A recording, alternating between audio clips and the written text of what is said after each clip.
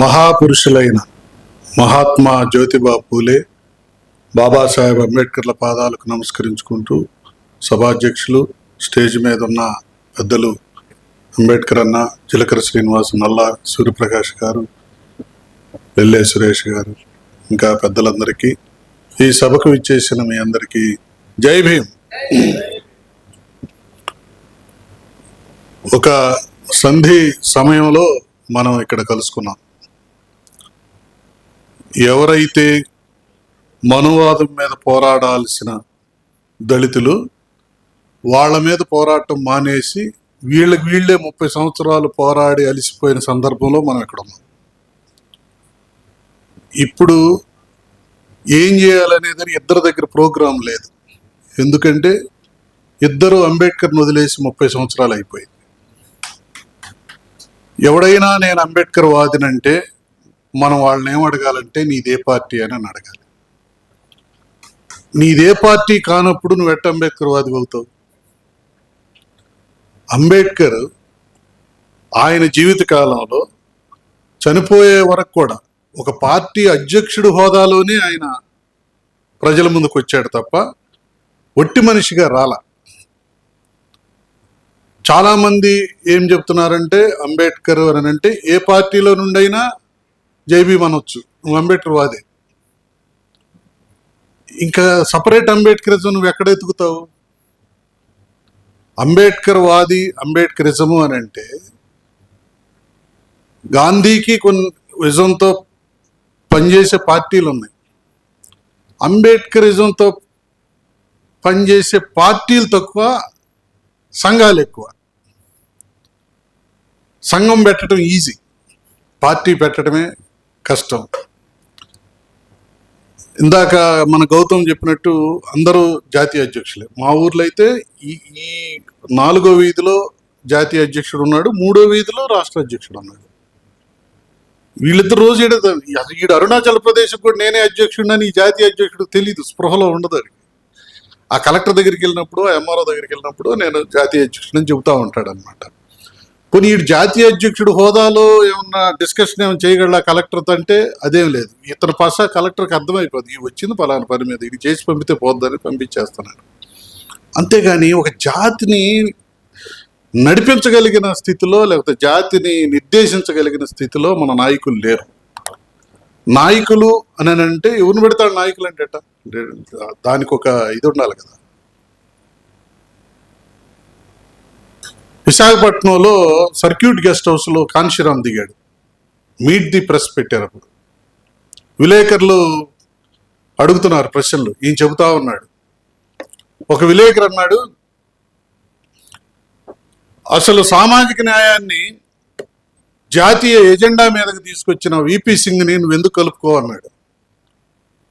అతను వ్యాపారస్తులకి బానిస, నేను కలుపుకోను అన్నాడు. అలాగైతే రామ్ విలాస్ పాశ్వాన్ మీవాడే కదా, మీ వాళ్ళ తరపున పోరాడుతున్నాడు కదా, రామ్ విలాస్ పాశ్వాన్ కలుపుకోవచ్చు కదా అన్నాడు. రామ్ విలాస్ పాశ్వాన్ బ్రాహ్మణ బనియాలకు బానిస, నేను కలుపుకోను అన్నాడు. మరి నువ్వో అన్నాడు విలేకరి, నేను బహుజనులకు బానిసను అన్నాడు. మన లీడరు నేను బహుజనులకు బానిసను అన్నట్టు ఉండాలి. యాక్చువల్గా మనకేమవుతుందంటే అంబేద్కర్ 1935 చట్టం తర్వాత సంఘం అనేది పెట్టలేఆయన, పార్టీయే పెట్టాడు. దతార్ అని నెహ్రూ గవర్నమెంట్లో సోషల్ వెల్ఫేర్ మినిస్టర్ ఉండేవాడు. ఆ దతార్కి అంబేద్కర్ అంటే బాగా ఇష్టం. ఒకరోజు పార్లమెంట్లో అంబేద్కర్తో అన్నాడు దతారు, అప్పటి వరకు మనకి సోషల్ వెల్ఫేర్ మినిస్ట్రీ లేదు అసలు. మొట్టమొదట నెహ్రూ ఎప్పుడైతే చైనా వెళ్ళాడో, నెహ్రూకి చైనాలో మావో అందరు మినిస్టర్లు పరిచయం చేస్తున్నాడంట. చేస్తా ఇదిగో ఈయన ఎడ్యుకేషన్ మినిస్టర్, ఈయన ఫైనాన్స్ మినిస్టర్, ఈయన ఆ మినిస్టర్ అని చెప్పి, ఇదిగో social welfare minister. Social welfare కూడా మినిస్టర్ ఉంటాడా అని నెహ్రూ అడిగాడంట. ఉండాలి కదా అంటే అప్పుడు ఆ దతార్ అనే ఆయన పెట్టాడు. ఆ దతారు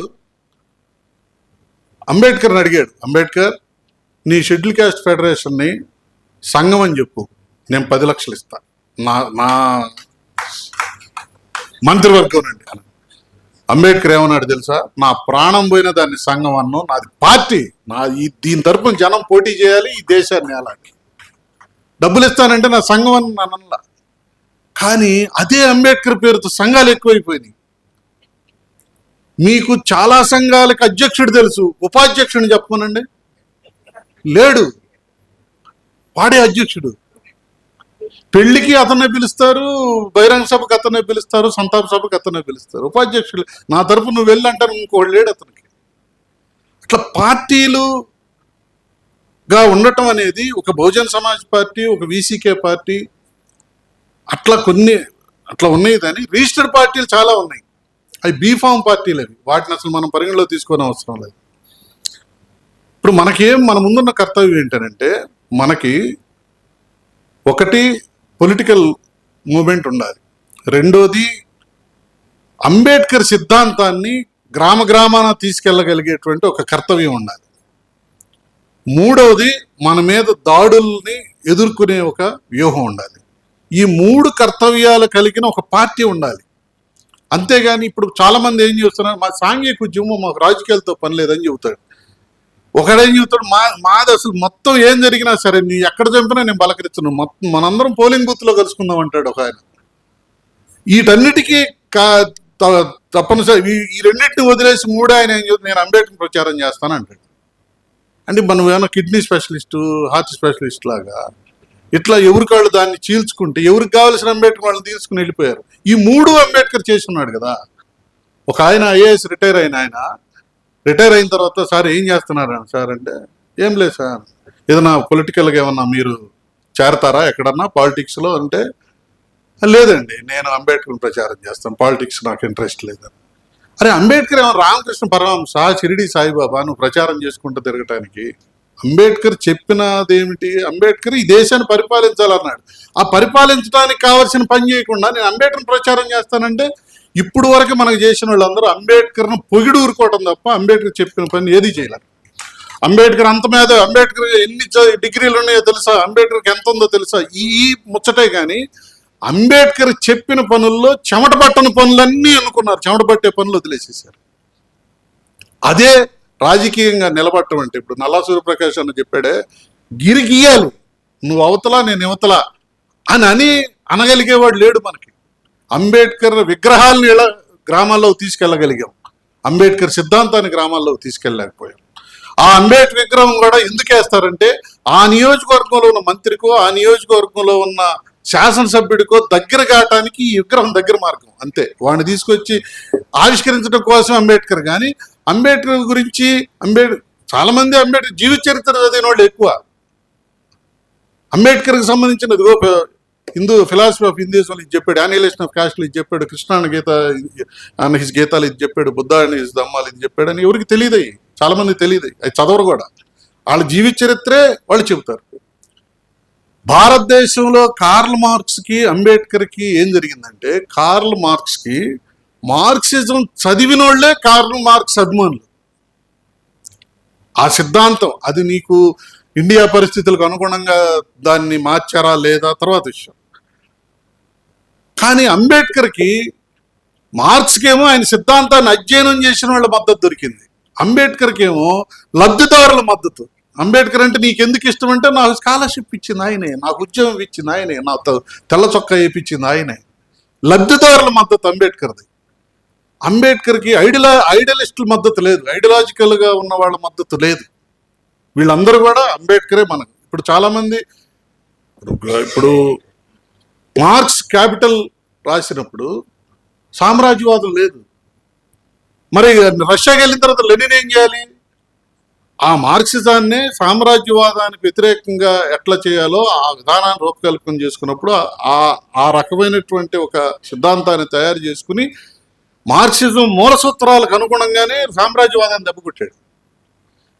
చైనా వచ్చేసరికి అక్కడ పెట్టుబడిదారు వ్యవస్థ లేదు, సామ్రాజ్యవాదం లేదు. మరి అక్కడ ఏం చేయాలి? అక్కడ ఉన్నటువంటి వ్యవసాయ విప్లవానికి సంబంధించి మావో మార్క్సిజం లెనినిజం మూల సూత్రాలను చెడకుండానే చైనా కావలసినటువంటి చేసుకున్నాడు. ఎంతగా చేశాడంటే మావో, ఏదైనా మన జాతీయతకు లొంగాలన్నాడు. అది మార్క్సిజం అయినా సరే మన జాతీయతకు లొంగాలి. ఇప్పుడు క్రైస్తవం కూడా మన జాతీయకు లొంగేటట్టు చేసేసారు. క్రిస్టియానిటీ ఇప్పుడు ఏసయ్య, మనవాడు మాకు పల్లెటూరులో ఏసయ్య అంటారు కదా, ఏసయ్య అంటే ఇజ్రాయెల్ దేశంలో ఎవడికి అర్థం కాదు, ఏసయ్య ఎవడు అంటాడు. ఎందుకని జీసస్ అనేవాడిని మన జాతీయతకు లొంగేటట్టు చేసుకున్నాం ఈడ. అలాంటిది మార్క్సిజానికి అట్లా లొంగేటట్టు చేసుకునే పరిస్థితి రాలే ఇక్కడ. ఇక్కడంతా మనం ఎవరి మీద అయితే పోరాడాలో వాళ్లే మార్క్సిజం జెండా తీసుకుని తిరిగారు, వాళ్లే కమ్యూనిస్టులు అయిపోయారు. వాడిని కులం ఏడుందంటే ఎక్కడా లేదంటాడు, కులం ఉపరితల సమస్య అంటాడు. అందుకే కలేకూరి ప్రసాద్ ఏమన్నా అంటే, ఒరే కులం ఉపరితల సమస్య కాదు, పునాది నుంచి ఉపరితలం దాకా ఘనీభవించింది భారతదేశంలో అని కలేకూరి ప్రసాద్ సూత్రీకరించాడు. అలా అనుకున్నప్పుడు మనకి ఇక్కడ అంబేద్కర్ సంబంధించినటువంటి సిద్ధాంత అవగాహన అనేది మన కార్యకర్తల్లో మన నాయకుల్లో చాలా తక్కువ. ఆయన ఏం చేశాడో దాన్ని ఇమిటేషన్ చేసేవాడు కూడా లేరు. ఇప్పుడు ఎప్పుడో జరిగిన దేవాలయ ప్రవేశాన్ని ఆ మధ్య సిపిఎం వాళ్ళు మొదలేశారు. అది ఆ పరిస్థితులకి ఆ కాలానికి ఆయన అట్లా చేసుకున్నాడు.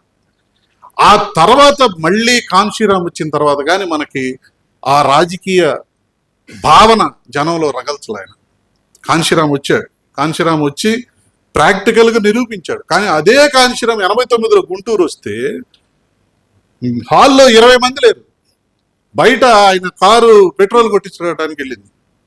వచ్చేదాకా రోడ్డు మీద అట్లా నుంచుని ఉన్నాడు కాన్షీరామ్ 89లో. అదే కాన్షీరామ్ 94లో వస్తే ఆయన దగ్గరికి వెళ్ళడం కూడా కష్టమైపోయింది.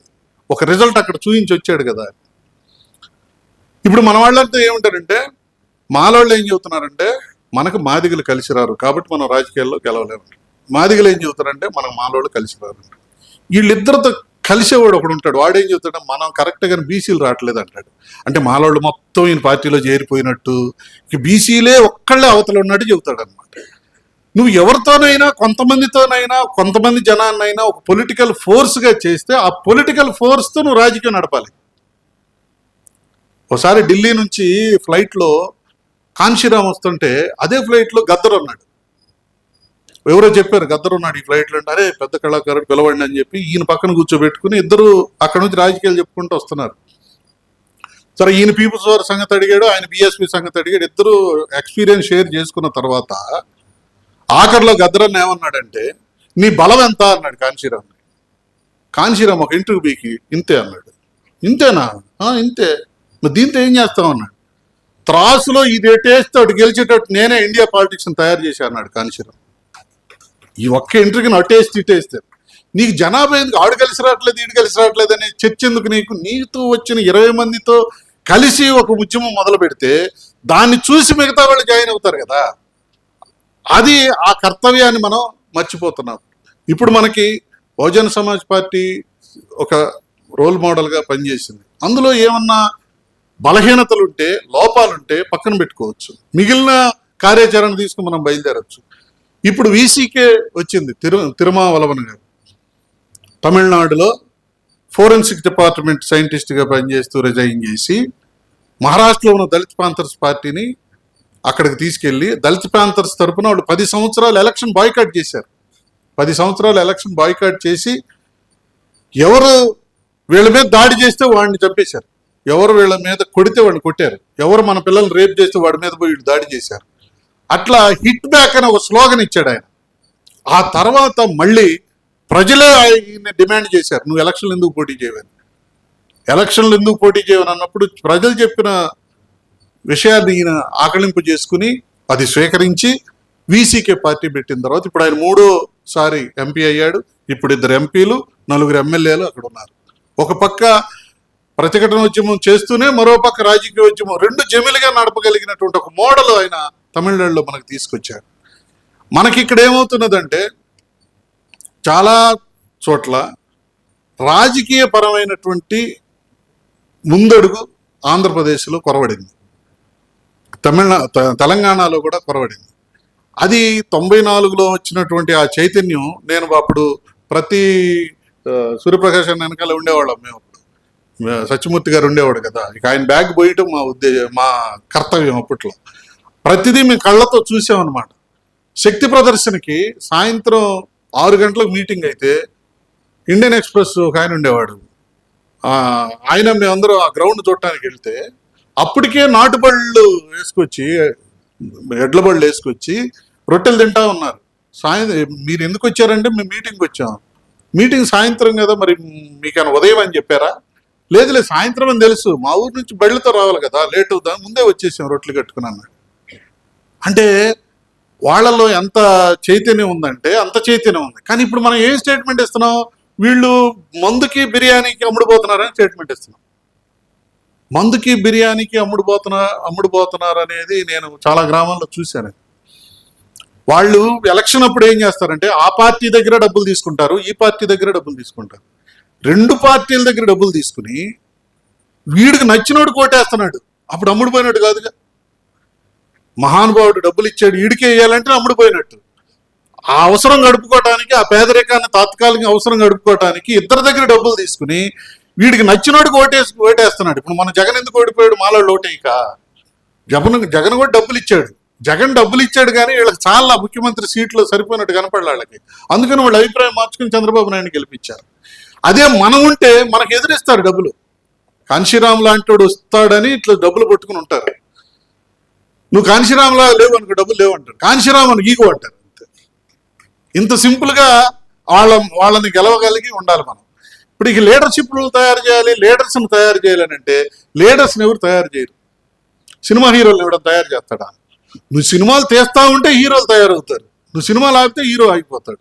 అట్లా ఉద్యమం కంటిన్యూ చేస్తూ ఉంటే మనకు సంబంధించిన లీడర్లు వస్తారు తప్ప లీడర్లు సపరేట్గా లీడర్లను తయారు చేసే ప్రోగ్రాం ఏది ఉండదు. ఉద్యమంలో నుంచి ఆయా ప్రభావాలకు లోనయ్యి, ఆ యొక్క ఉద్యమ ప్రభావానికి లోనయ్యి ఒకడు లీడర్గా ఎదగాల్సిందే తప్ప నువ్వే లీడర్వి, ఈయనలో లీడర్ని, ఈయన ఏమైనా పెంచుతావనంటే అట్ట పెంచినోడు అసలు లీడరే కాదు. ఎవరి స్టైల్ వాళ్ళది లీడర్షిప్ విషయం. అలా ఒకటి ఉద్యమాన్ని ఎప్పటికప్పుడు సమీక్ష చేసుకుని ఇప్పటి వరకు మనం సాధించింది ఇది, సాధించలేకపోయింది ఇది, దీనికి కారణాలు ఇవి అని బేరీజ్ వేసుకుని ఒక ఇంట్రాస్పెక్టివ్గా చరిత్ర అద్దం ముందు అంతర్బహిర్ సౌందర్యాన్ని చూసుకునే వినయం మనలో లోపించింది. ఎల్టీటీ ప్రభాకర్ ఒక సమీక్ష సమావేశం పెట్టాడు. ఇంత త్యాగం చేస్తున్నాము, ఇంత ఉద్యమం చేస్తున్నాము, మన ఉద్యమం ఎందుకు వెనక పట్టుబట్టిందని ఆయన రివ్యూ చేస్తున్నాడు. 2 రోజులు కూర్చున్నారు. 2వ రోజు రాత్రికి తెలిసింది ఒకటి కనిపెట్టారు వాళ్ళు, ఎందుకు వాళ్ళ ఎల్టీటీ ఉద్యమం వెనక్కిపోతుందని. అప్పుడు ఒక ఆయన లేచి చెప్పాడు, మన ఎల్టీటీ ఉద్యమం వెనక్కిపోవటానికి కారణం ఏంటంటే పార్లమెంట్లో గవర్నమెంట్కి అనుకూలంగా, బయటకు వచ్చిన తర్వాత మనకు అనుకూలంగా మాట్లాడే డ్యూయల్ రోల్ ఉంది, దానివల్లే పోవట్లేదు అన్నాడు. ఎవడెవడు వాడారు? ప్రభాకర్ అడిగాడు. ఇద్దరు ఉన్నాడు, ఒకడు అమృతలింగం, ఒకడు యోగేశ్వరం. వెట్టిపల్లి యోగేశ్వరం, ఒకడు అమృతలింగం. వీళ్ళిద్దరు ఎక్కడున్నారు? యోగేశ్వరం ఇక్కడే ఉన్నాడు, అమృతలింగం మాత్రం చెన్నైలో ఉన్నాడు. వాళ్ళిద్దరిని చంపి నాకు చెప్పండి అన్నాడు. వాళ్ళిద్దరిని 3 రోజుల్లో చంపేసిన తర్వాత ఎల్టీటీ ఏమెంతుకుందలే, అసలు వాళ్లే షిప్పులు తయారు చేశారు, కరెన్సీ చేశారు, గవర్నమెంటే స్థాపించారు. అట్లా మనలో అమృతలింగాలను మనం గుర్తుపట్టాలి, వాళ్ళని ఏరాలి. ఆ అమృతలింగాలతోనే మనకి ఇప్పుడు ఉన్నటువంటి ఇబ్బంది. అయితే ఇంకొక పార్టీలో ఉన్న దళితుడు మన శత్రువా? ఇంకొక పార్టీలో ఉన్న మంత్రి, ఒక దళిత మంత్రి, ఒక దళిత మన శత్రువు అవుతాడా? కాదు. ఏదైనా ఒక పార్టీలో ఉండటం అనేది ఇన్ఎవిటబిలిటీ. అలాంటి ఇన్ఎవిటబిలిటీ అన్నప్పుడు ఆ మంత్రినో, ఆ ఎమ్మెల్యేనో మన మూమెంట్ సహకారం పెరగటానికి అతను సహకారం తీసుకోవాలి. మన మూమెంట్కి సహకరించే విధంగా మన మూమెంట్ పెంపొందాలి. ఆ మూమెంట్కి ఆయన లోబడి మనకు సహకారం చేసేటట్టు చూసి, దీన్ని వాళ్ళు ఎక్కడున్నా సరే మనకు సహకరించేటట్టుగా ఉండాలి. అలాంటి సహకారంతో ముందుకెళ్తే డెఫినెట్గా ఇది ఉంటుంది. ఒక డిఎంకే ఎస్సీ ఎమ్మెల్యే పోటీ చేస్తున్నాడు. ఎలక్షన్ అప్పుడు తిరుమావళవన్ గారి దగ్గరికి వచ్చాడు. అన్నా, నీకున్న బిజీలో నా నియోజకవర్గంలో ఒక సభ పెట్టమని నాకు అర్థమైంది, నువ్వేం లేదు, ఈ చివరి నుండి ఆ చివరికి ఒక్కసారి వెళ్ళు చాలు అన్నాడు. ఊరికే కారులో వెళ్ళి 4 కార్లతో నాకు ఓట్లు పడతాయి అని అంటే, లేదులే మీటింగ్ పెట్టుకో అన్నాడు. అతను డిఎంకే ఎమ్మెల్యే ఎస్సీ, అక్కడ 2 సభల్లో ఈయన మాట్లాడాడు. ఎలక్షన్లో గెలిచిన తర్వాత అత్యంత ఖరీదైన కారు తీసుకొచ్చి ఆఫీస్ ముందు పెట్టి లోపలికి వచ్చి తిరుమావళవన్ గారికి శాలువ కప్పి ఈ తాళాలు ఆయన చేతికి ఇచ్చి వెళ్ళిపోయాడు. అట్లాంటి సహకారం మనకి ఈ కాంగ్రెస్ గవర్నమెంట్లో ఉన్న మంత్రుల్లో, లేకపోతే టీడీపీ గవర్నమెంట్లో ఉన్న మంత్రుల్లో నుంచి మన మూమెంట్కి రావాలి.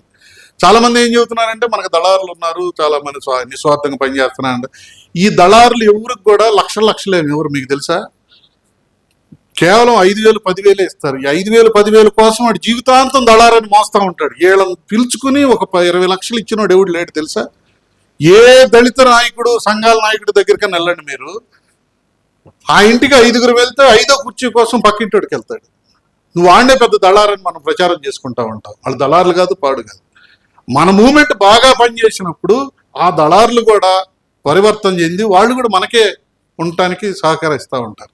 అందుకని మనకి రాజకీయ ఉద్యమం, అలాగే అంబేద్కర్ సిద్ధాంతాన్ని ప్రచారం చేసే ఉద్యమం, అలాగే దళితుల మీద జరిగే దాడుల్ని ఎదుర్కొని నేను ఒక వ్యూహాన్ని అమలుపరిచేటువంటి ఈ 3 మనకు ఉండాలి. మనం ప్రతిదాన్ని ఉద్యమం అంటున్నాం. కారంచేడు ఉద్యమం, చుండూరు ఉద్యమం అట్లా చెబుతున్నాం అన్నమాట. అసలు ఆ పేరుతో ఒక ఉద్యమం, ఒక గ్రామం పేరుతో పిలువబట్టమే దాని లిమిటేషన్.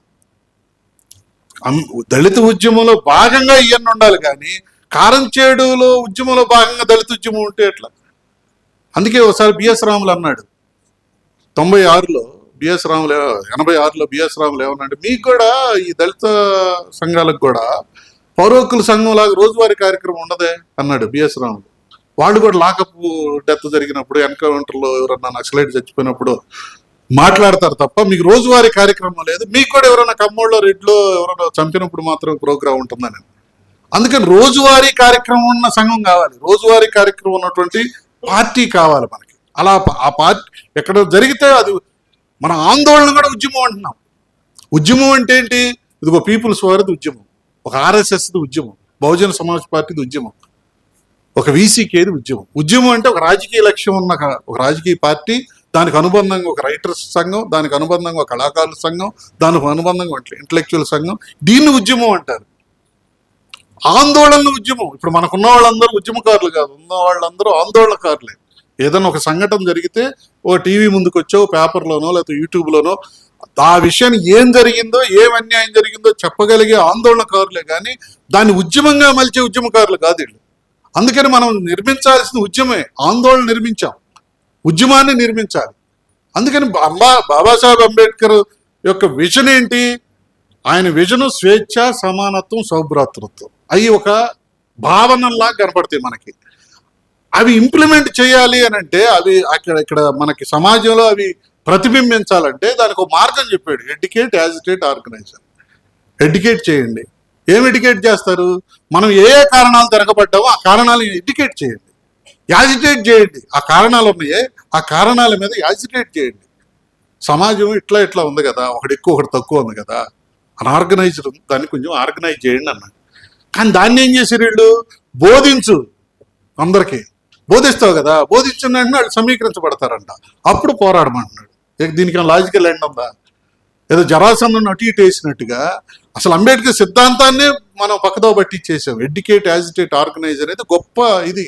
నువ్వు ఎడ్యుకేట్ చేస్తావు, ఎడ్యుకేట్ చేసిన దాంతో వచ్చిన ఆ దాన్ని యాజిటేట్ చేస్తావు. ఆ యాజిటేట్ చేసినటువంటి ఆ పవర్ ఉంటుందే, ఆ యాజిటేషన్ ద్వారా వచ్చినటువంటి పవర్ ఉంటుందే, ఆ పవర్తో సమాజాన్ని, అసమానంగా ఉన్న సమాజాన్ని సమానతగా తీసుకురాగలగాలి. అలా తీసుకురావాల్సినప్పుడు మనకిప్పుడు మనం ప్రధాన అడ్డంకి ఏం చెబుతున్నారు? ఈ వర్గీకరణ ఉద్యమం వల్ల మాలమాదిగలు చీలిపోయారు, అందువల్ల రాజకీయంగా వాళ్ళకి రాజకీయ పరమైన ప్రోగ్రాం ఇవ్వకపోవడం వల్ల వాళ్ళు విడిగా కనపడుతున్నారు. కానీ వాళ్ళకి కలిపి కనుక ఒక ప్రోగ్రాం ఇస్తే వాళ్ళు ఎక్కడికి పోరు, కలిసి ఐక్య ఉద్యమంలోనే ఉంటారు. ఇప్పుడు మా ఊర్లో జూలైలో, ఆగస్టులో నాట్లు అయిపోతాయి, వరి నాట్లు అయిపోతాయి. ఆగస్టు అయిపోతే సెప్టెంబర్, అక్టోబరు, నవంబర్ ఖాళీగా ఉంటారు జనం. మళ్ళీ నవంబర్ ఆఖరిలో వరి కోతలు స్టార్ట్ అవుతాయి అనమాట. అసలు నీ మనిషి మాట్లాడదామన్నా కానీ వాడు చాలా బిజీగా ఉంటాడు. ఎప్పుడైతే జూలైలో నాట్లు అయిపోతాయో, జూలై ఆగస్టులో నాట్లు అయిపోతాయో, ఆగస్టు సెప్టెంబర్లో భార్య భర్తలు ఏ ఇంట్లో గట్ట కొట్టుకుంటూ ఉంటారు, అలిగెళ్తూ ఉంటారు. ఏమిందిరా అంటే వాడు కొట్టాడు, కూర బాగాలేదని కొట్టాడు, తాగొచ్చి కొట్టాడు అంటూ ఉంటారు. మరి వీడే డిసెంబర్లో ఎందుకు కొట్టుకోరు ఈ భార్య భర్తలు? అంటే చేతి నిండా పని ఉంది వాళ్ళకి, కొట్టుకునే తీరిక లేదు వాళ్ళకి. అట్లా ఇప్పుడు ఈ మాలమాదిగలకి నువ్వు చేతి నిండా పని ఇస్తే ఈ కొట్టుకోవటం మానేసి పనిలో పడతారు. ఆ పని ఇవ్వటమే ఇప్పుడు మనకు సురేష్ తను చేయాల్సిన పని. ఖాళీకి పడి ఉన్నారు. ఇప్పుడు ఏమంటారు?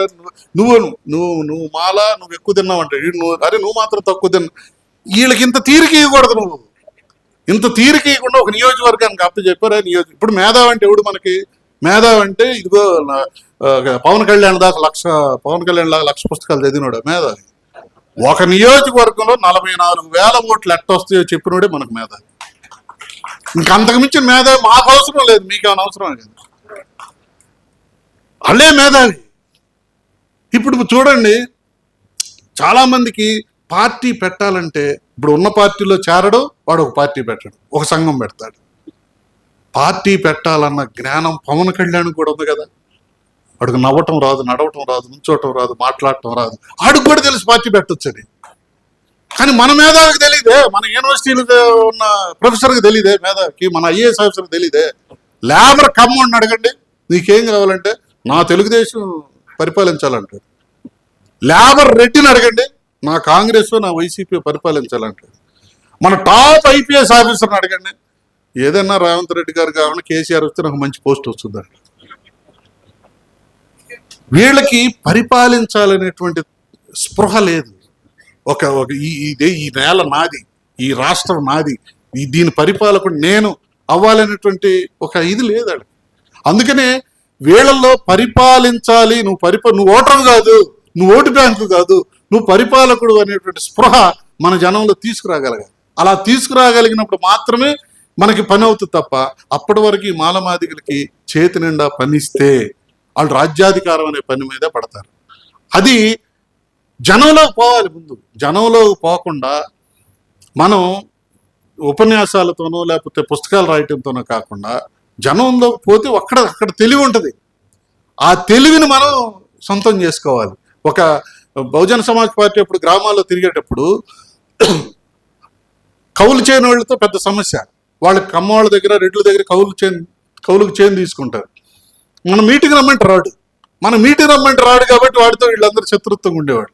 అప్పుడు ఒక పెద్ద ఆయన, ఒక టీచర్ గారి తండ్రి, ఆయన ఏం చదువుకోవాలి, ఆయన చెప్పాడు, అయ్యా కౌలు చేయని వాళ్ళతో మీరు ఇంట్లోకి వెళ్ళి మాట్లాడరండి, వాళ్ళు బయటికి పిలవబాకండి. నిజంగానే మేము ఇళ్లలోకి వెళ్ళి అడిగితే, అయ్యా మేము బయటికి కనపడం కానీ మేము బీఎస్పీకి ఓటేస్తామని చెప్పారు వాళ్ళు. ఆ వ్యూహం ఎవరు చెబుతారు? గ్రామాల్లోకి వెళ్తే అక్కడ పనిచేయాలి, ఎట్లా పనిచేయాలో మన ప్రజలే, మన నిరక్షరాస్యులే చెబుతాడు. వాడికి తెలివి లేదనుకుని మనం ఏం చేస్తాం, నేను కదా యాన్హిలేషన్ ఆఫ్ క్యాస్ట్ 20 సార్లు జరిగింది, నువ్వు కాదు కదని మనం వాడికి బోధించడానికి ప్రయత్నం చేస్తున్నాం.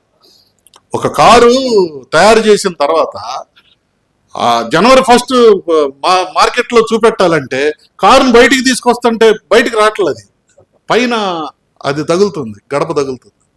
మరి ఏం చేయాలి? ఒకడేమన్నాడంటే కారుని ముందు అనగొడదాం, బయటకు వచ్చి టింకరింగ్ చేద్దాం అన్నాడు. అనగొడితే నేను ఊరుకొని అన్నాడు ఇంజనీర్.